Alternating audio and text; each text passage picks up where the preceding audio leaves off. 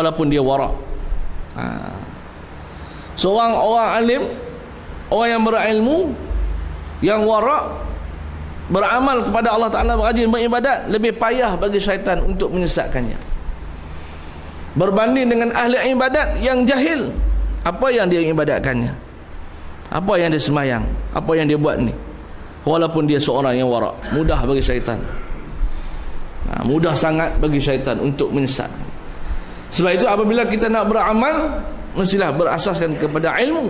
Ilmu itulah tonggak kepada setiap amal ibadat kita. Nak buat sesuatu, ada hujahnya, ada sebabnya, ada dalilnya, ada pandangan ulamanya, baru benar ibadat kita. Sebab itu kita lihat orang yang memeluk Islam ini, baru memeluk Islam, sebelum itu dia bukan Islam. Bila dia memeluk Islam, dia beramal sungguh kerana dia beramal atas dasar ilmu. Dia pilih Islam itu atas dasar ilmu. Kita ni dapat Islam kerana warisan datuk nenek moyang kita. Tetapi orang yang baru memeluk Islam, di kalangan sebut sebagai mu'allaf ini, mereka peluk Islam kerana mereka pilih dan mereka tentukan yang mana yang terbaik. Setelah mereka melalui proses pemilihan itu, mereka pilih yang mana. Mula mereka masuk Buddha, oh tak boleh dia, mengarut, tak masuk akal, jadi payah. Buddha ni jauh daripada masyarakat, mana boleh.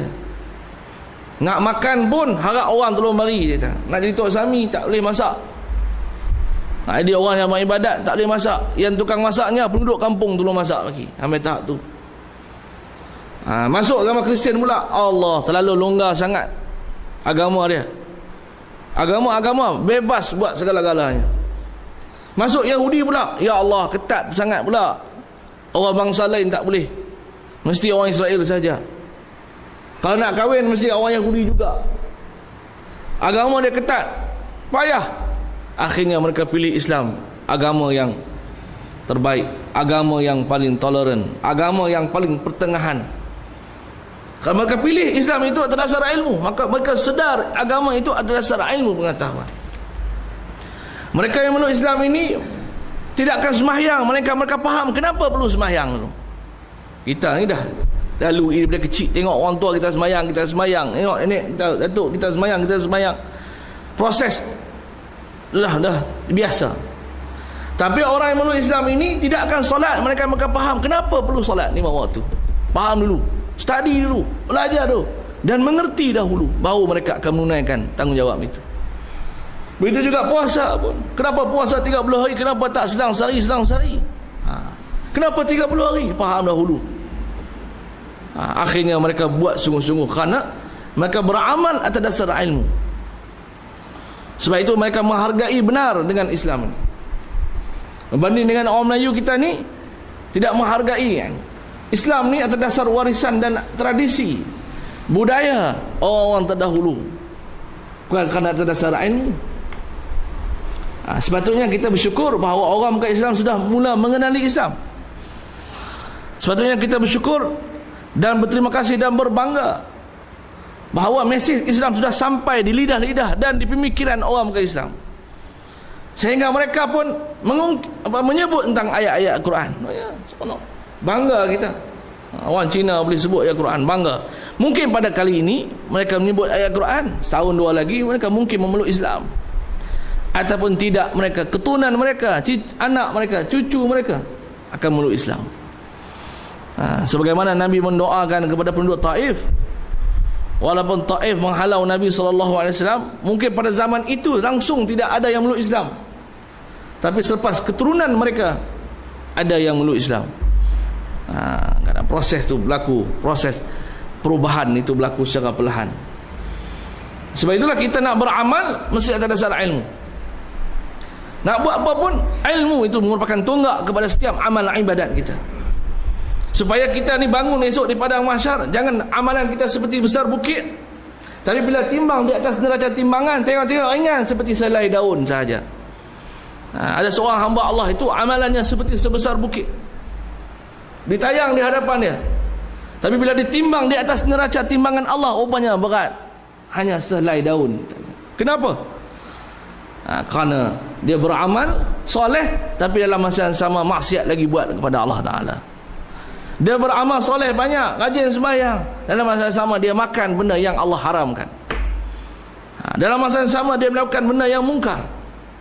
Rupanya amalannya walaupun sebesar bukit ringan, ringan bercampur aduk dengan benda yang haram. Nampak seolah-olah sebesar bukit, tapi ringan sangat, terlalu ringan.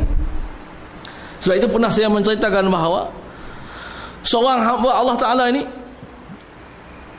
rajin dia beribadat pada zaman dahulu. Seorang hamba Allah pada zaman dahulu rajin beribadat. Setiap kali dia nak beribadat kepada Allah, dia akan mendaki bukit jauh daripada pandangan manusia, untuk mengelak diri daripada riak dan ujub, jauh daripada pandangan manusia.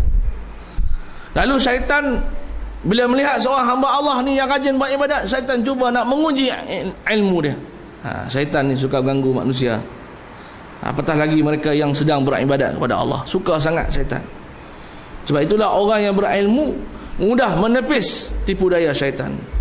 Berilmu dan beramal, tepis tipu daya syaitan, tepis. Kita berilmu, kita dengan ilmu kita tepis tipu daya syaitan itu yang sentiasa mengganggu kita supaya kita ni membatalkan segala amalan soleh kita. Dia akan cuba buat macam-macam. Lalu hamba ni pun dalam perjalanan yang menuju ke bukit bertemu dengan syaitan tadi yang menyerupai seorang manusia yang tua. Seorang manusia yang tua terserempak dengan syaitan. Lalu ahli ibadat ni pun bila nampak seorang manusia yang tua, warga tua yang bijak, seolah-olah nampak seorang orang yang bijaksana. Lalu dia tegur orang tua tadi. Dia kata, wahai orang tua, aku nampak kamu seorang yang bijaksana, tegurlah dan nasihatlah aku. Lalu syaitan tu pun mengambil kesempatan menasihat dia. Syaitan tu berkata kepada dia, wahai hamba Allah, kalau kamu mahu ibadat kamu diterima oleh Allah Ta'ala, dengarlah nasihatku ni. Apa dia? Kamu tangkap seekor binatang di alam hutan ini, kamu bunuh dia, dan kamu gantung di leher kamu, dan teruskan ibadat kamu. Dia pun mendengar nasihat hamba makhluk tadi. Lalu dia pun tangkap seekor musang dan gantung di lehernya. Lalu dia beramal selama 200 tahun. Selama 200 tahun beramal dalam keadaan binatang gantung di lehernya. Bila dia bangun di padang mahsyar, dia lihat mana dia amalan dia 200 tahun. Tanya Allah Ta'ala, wahai Allah, di mana amalanku 200 tahun? Lalu Allah kata, wahai hambaku, bagaimana aku nak menerima amalan kamu sedangkan kamu sedang beribadat kepadaku dalam keadaan najis berada di lehermu? Maka terbatal segala amalanmu, kotor dirimu. Innallaha tayyibun la yaqbalu illa tayyibah, kata Nabi.